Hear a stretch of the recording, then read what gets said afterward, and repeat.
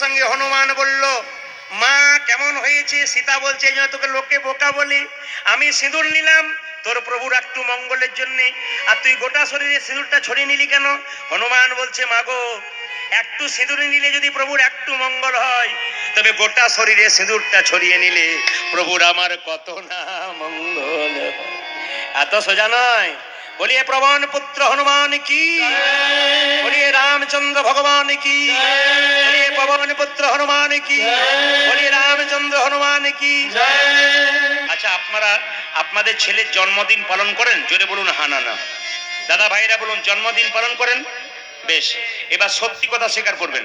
যারা শিক্ষিত ব্যক্তি আছেন, সাধারণ ব্যক্তি আছেন, জন্মদিনে আপনারা কেক কাটেন তো? জোরে বলুন হ্যাঁ না না। একটু জোরে বলুন হাঁটা। আচ্ছা হ্যাঁ, দু একজন বলছে, দু একজন ভাবছে চুপ থাকাটাই বুদ্ধিমানের কাজ, যে যা বলছে। জন্মদিনে কেক কাটেন তো? আচ্ছা, জন্মদিনে মোমবাতি জ্বালান তো? একজন হাত তুলে বলুন তো, জন্মদিনে কেক কাটা হয় কেন আর মোমবাতি নেভানো হয় কেন? একজনও বলতে পারবেন না।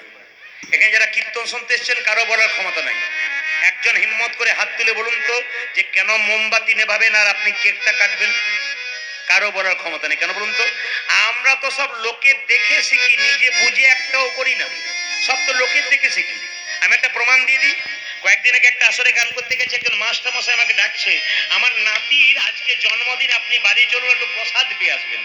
তা আমি যখন নাতির কাছে গেলাম, ওনার দেখি নাতির জন্মদিন পালন হচ্ছে। মায়েরা লক্ষ্য করুন, একটি মোমবাতি জ্বালিয়েছে, একটা কেক কাটছে, আর অনেকগুলো ছেলে গোল হয়ে দাঁড়িয়েছে আর বলছে হ্যাপি বার্থডে টু ইউ। ফুস মানে বুঝতে পেরেছেন? মোমবাতি নেবাচ্ছে, হ্যাপি বার্থডে টু ইউ ফুস। আমি মাস্টার মশাইকে জিজ্ঞেস করলাম, স্যার এই এই এই মোমবাতিটা নেভালো কেন আর কেকটা কাটলো কেন? তখন মাস্টার মশাই বলছে, ওই পাশের বাড়ি সব করছে তাই দেখে দেখে করছে। মানে ভদ্রলোক নিজেও জানে না যে কেন করতে হয়। আমরা শুধুমাত্র দেখে নিন, পাশ্চাত্য সভ্যতায় তারা বলতে চাইছে রাত্রি 12টার পরে একটা দিন হয়, কিন্তু আমাদের সনাতন ধর্মে তা বলছে না। সূর্য উঠবে তবে একটা দিন হবে। আমরা রাত্রি 12টা পর একটা দিন ধরি, ওটা আমাদের নয়, সনাতন ধর্মের নয়।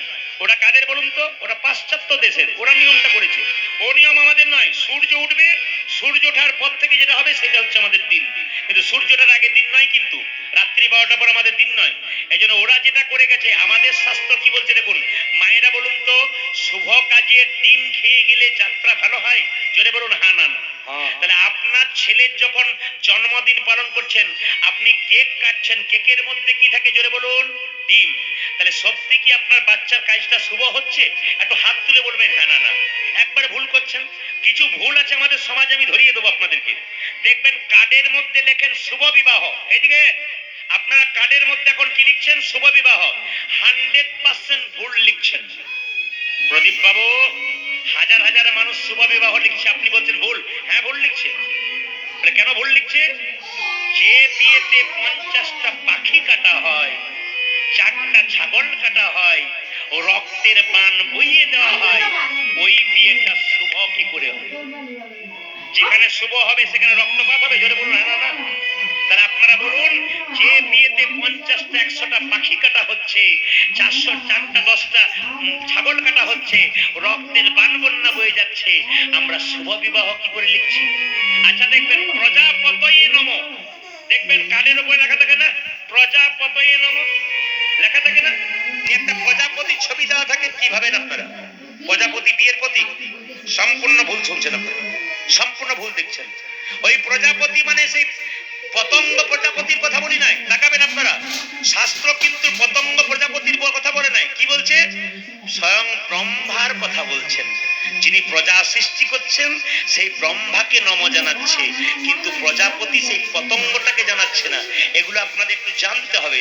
আমাদের ছেলেদের জন্মদিন পালন হলে সনাতন ধর্ম বলল যে কেক কাটবে আর না কাটবে, আর তোমরা মোমবাতি নেভাবে আর না নেভাবে, দুটো কাজ করো। কি?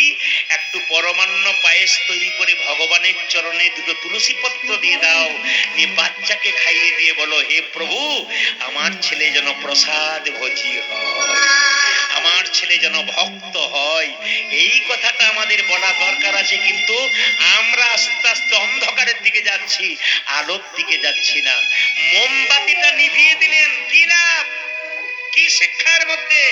সনাতন ধর্ম বলল মোমবাতি জ্বালানো নয়, একটা ঘিয়ের প্রদীপ জ্বালিয়ে দাও, ভগবানের কাছে প্রার্থনা করো, হে প্রভু, ঘিয়ের প্রদীপটা যেমন জল জল করে জ্বলছে, আমার ছেলের জীবন প্রদীপ যেন দীর্ঘদিন ধরে জল জল করে জ্বলতে থাকে। কত সুন্দর শিক্ষা সনাতন ধর্মে দিয়েছে, আমরা নিতে পারছি না, আমরা উল্টো পথে হাঁটছি, আমরা সোজা পথে হাঁটছি না। এই শিক্ষাগুলো দেবার জন্য কীর্তন। তবে আপনারা চমকে যাবেন, বহু ছেলে মেয়েরা বাচ্চারা আমার কীর্তন শোনে, যখনই জন্মদিনে বড় কেক তার বাবা কিনে এনে দেয়, তখন প্রশ্ন করে, বাবা আজকে কেক তো কাটা নয়, আজকে পরমান্ন তৈরি করতে হয়, আমি কেক কাটতে দেবো না। আমার এমন বাচ্চা আছে, তার বাবা মাকে বলতে শুরু করেছে, তার মানে তৈরি হতে শুরু করেছে। আপনারা কেক কাটুন আর মোমবাতি জ্বালান, অন্তত মহাপ্রসাদ পরমান্ন তৈরি করে ভগবানের চরণে দিন আর ঘিয়ের প্রদীপ জ্বালিয়ে দিন। একটা বাচ্চা ছেলে, কত বয়স বললাম, জোরে বলুন, কত বয়স বললাম?